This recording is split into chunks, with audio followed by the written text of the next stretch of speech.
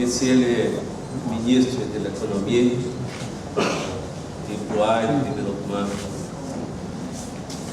da República do Gabão, Monsieur le ministre de l'Agriculture, Monsieur le ministre de l'Agriculture, ministre d'État de l'Agriculture de Côte d'Ivoire,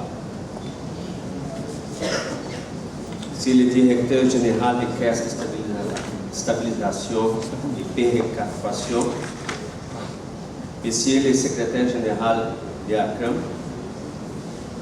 Monsieur le secrétaire général de l'Organisation internationale du café, Monsieur le directeur exécutif de IAFCA, Mesdames et Messieurs, honorables délégués, je ressens comme un privilège infini et un grand honneur l'opportunité que me offre de visiter votre pays et de participer aux travaux de la 2e Assemblée Générale de l'Agence du Café Robusta d'Afrique de Madagascar. Je remercie le gouvernement du Gabon pour les bonnes relations de coopération qui ont toujours existé entre le Gabon et l'Organisation internationale du café. En effet, le Gabon a toujours été un membre très actif de l'organisation. At this opening ceremony, I would like to highlight the current situation of the world coffee market and its prospects. The current market situation of coffee continues to show a downward trend in prices, especially the Arabica prices. However, current prices are still higher than any other year of last decade. The downward trend has been particularly pronounced in the case of the Arabica groups, while Robusta prices continue to be resistant. In the London futures market, Robusta prices fell by 2% from last year, while in the New York market, which reflects the Arabica situation, the average price fell by 35%. As a result, the arbitrage between Arabica and Robusta has fallen sharply to less than a half of a year ago. In terms of the market fundamentals driving these prices, world production for crop year 2012-13 is currently estimated at 144 million bags, representing an increase of 7.2% over the previous year, when production was at 134 million bags.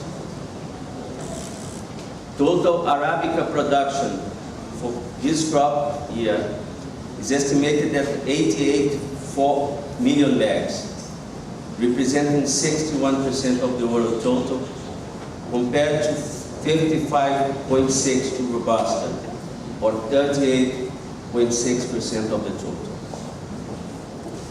In Africa, relatively strong production is expected during the current crop year, reaching nearly 17 million bags, compared to 14.8 in 2011-12. Africa will account for 11.8% of the world production in 2013. In total, Robusta production of Africa is estimated at 7.3 million bags, representing 18.9% of the world total of Robusta production. We know that Africa has a long way to go in terms of coming back of its total production. And the ICO is there exactly to help to achieve this path of recovery in its production. Monsieur le Ministre, as we can see, this performance in production led to record levels of exports. Indeed, total exports for the first 11 months of calendar year 2012 reached 103 million bags, an 8.5% increase on the same period in 2011. Exports of Robusta coffee have increased significantly to represent 41% of the total, up from 36% in the previous year. It should also be noted that coffee year 2011-12 registered a record 108.7 million bags of imports by ICO traditional countries. World consumption has shown strong growth over the past 10 years, reaching an estimated 139 million bags of coffee. And further increases are expected in 2012 and 2013. This strong development of world consumption is due to growing demand in emerging markets, rising domestic consumption in exporting countries, as well as the resilience of coffee consumption in the global economic crisis. The outlook for the coffee industry is fairly bright and encouraging for Robusta, but mixed for Arabica. Arabica prices have recorded their lowest levels in 2 years, while Robusta prices remain relatively firm, like I mentioned before.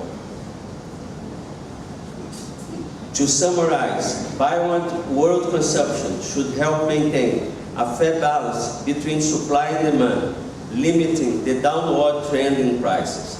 One of the best ways to maintain this balance and support price levels is to promote domestic consumption, like Samuel likes to mention, in producing countries.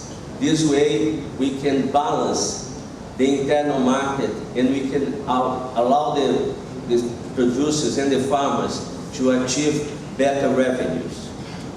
Therefore, promotion of domestic consumption in coffee exporting countries would be a decisive factor in maintaining a balance between supply and demand that would guarantee reasonable price levels for coffee.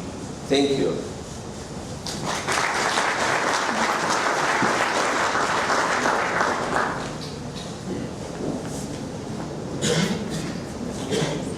Thank you, Director. Thank you for your availability. La suite.